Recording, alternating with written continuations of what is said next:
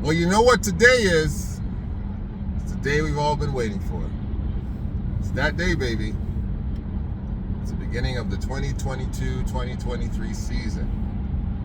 It's NBA Day 1. And I, for one, am extremely excited about it. And I'm going to talk about my home team first, because you ninjas, you got your own little situations with your own little teams. First and foremost, let me get this off my chest from the moment I say this. All you guys who live in Toronto, this is probably true for other cities, so you can pick this up if this is how you believe about your city. But I don't roll with guys. You've got a basketball team in your city, and you're not a fan of the team in your city. Like, how do you live in Toronto and not be a Toronto Raptors fan? Like, how do you live in Toronto? You got a franchise. You got an NBA franchise. Every city can't say that. And you're talking about, oh, I like the Lakers, or I like Milwaukee, or I like Golden State.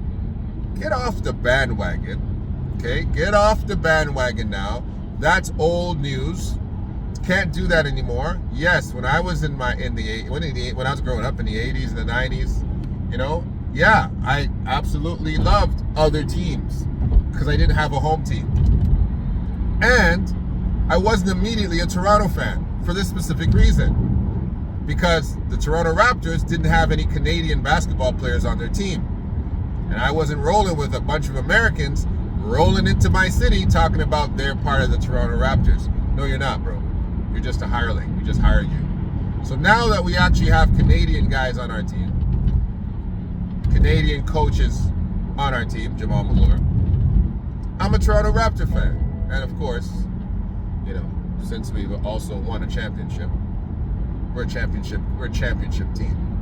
So you have no excuse in the city of Toronto, and the guys who love basketball, to carry on about you're not a Toronto Raptors fan. That's your team. You don't have any other team. You don't have any side piece. I don't have side piece teams. Okay? I got one team. That's the Toronto Raptors. And I'm very excited about the Raptors.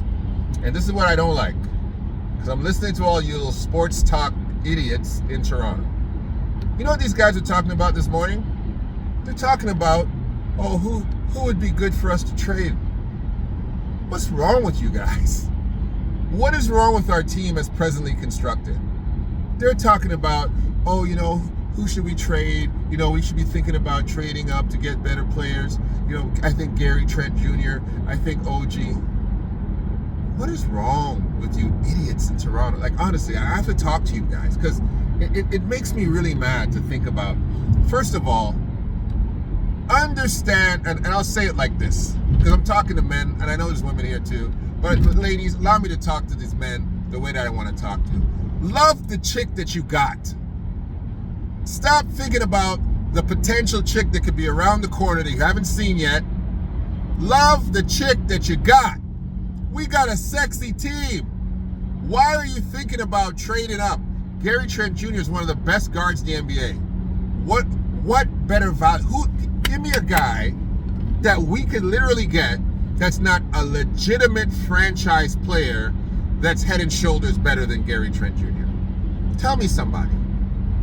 Tell me somebody. Gary Trent Jr., CJ McCullough, those kind of guys are on the same level, in my opinion. Okay? You're not getting Dame for Gary Trent Jr. You're not getting Chris Paul. You're not getting Ja Morant for Gary Trent Jr.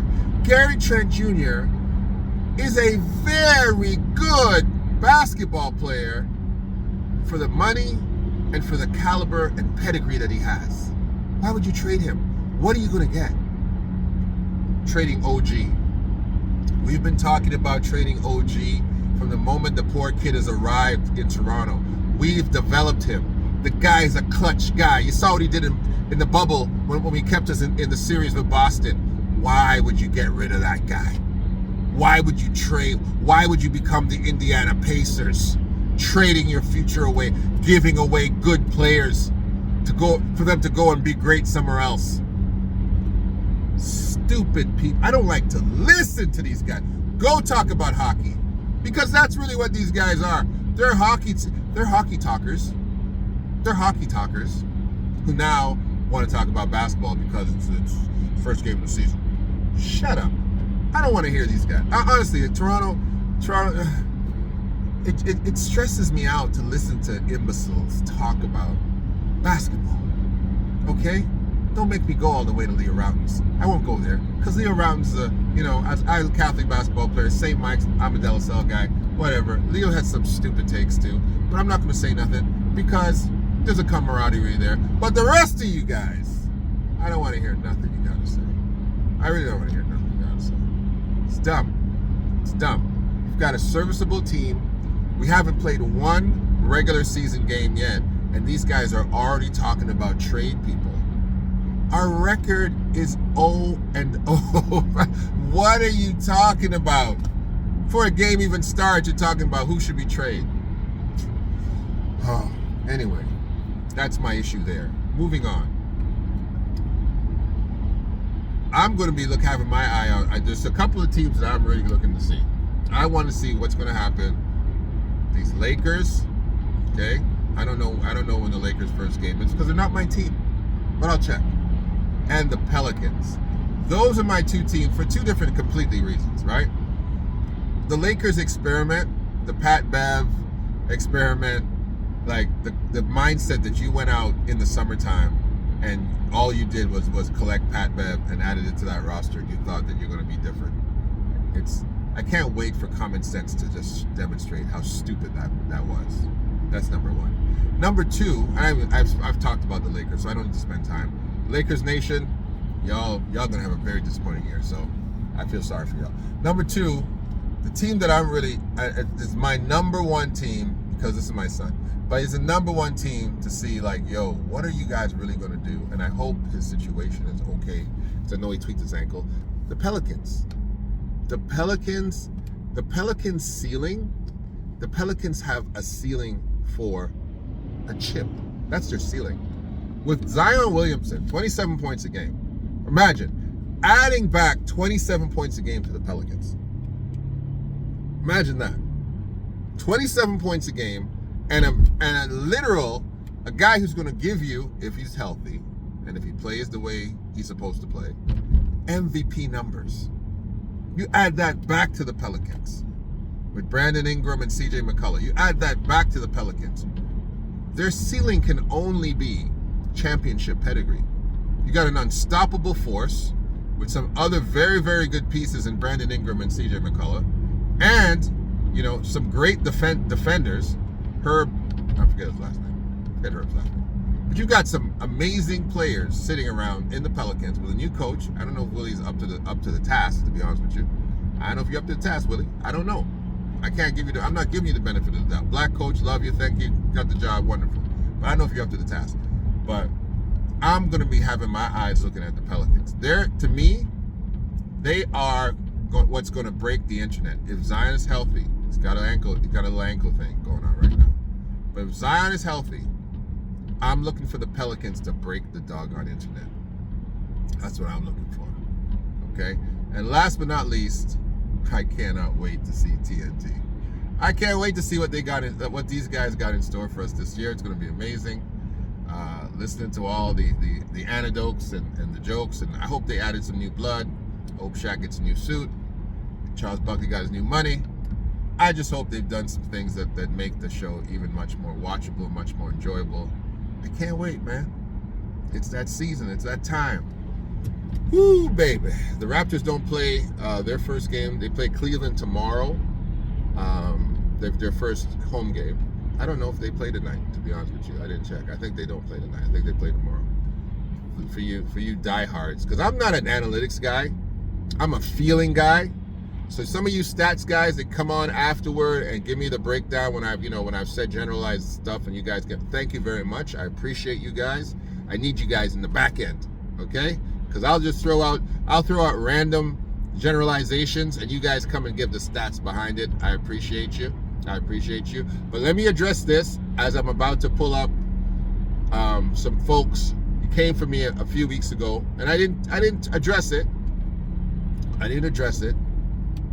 But this is where I'm going to put my money where my mouth is. because I told you, we're an Eastern Conference dynasty. We've been in the conversation. Somebody says, how you been in conversation with one ring?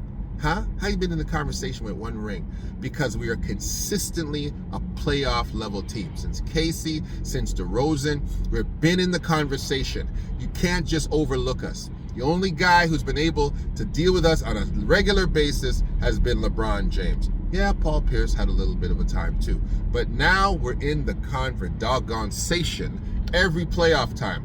No matter what the American media says. So if you don't want to call us a dynasty, that's up to you. But I'm letting you know, in the East, you got to come through the North, baby. I got my northern fur on today. I'm letting you know that I'm the king of the North. And you got to come through us. If you want any kind of chips, you got to come through us. All right? Where do they get the ketchup chips? All you Americans begging for ketchup chips. Hey, Del, can you send me some ketchup chips? We don't have ketchup chips in America. We don't have ketchup chips. That's right, because we got all the chips up here, and you got to come through us. All right? The Canadians got the chips. Yeah. Milwaukee came up here and caught stuff in a little low year, but that ship has sailed. The Milwaukee ship, you're going to see that Milwaukee ship has sailed. That team by the end of the year has to be reconstructed. Okay? Now we're gonna get our stuff back from the West rather. We're gonna get our stuff back. All you West Coast guys, all you Happy Warrior fans, you know what your Laker fans are about. You Clippers fans, you know it's not gonna happen. Broken pieces. RoboCop, broken pieces. But you Warrior fans still holding on to your nostalgia. The chips coming to the North. That's the real spiel. We're in the conversation. The dynasty is arising. 22-23 season. It's coming up, baby. The best mouth in the North. Del K. Barrington. That's the real spiel. And I'm out.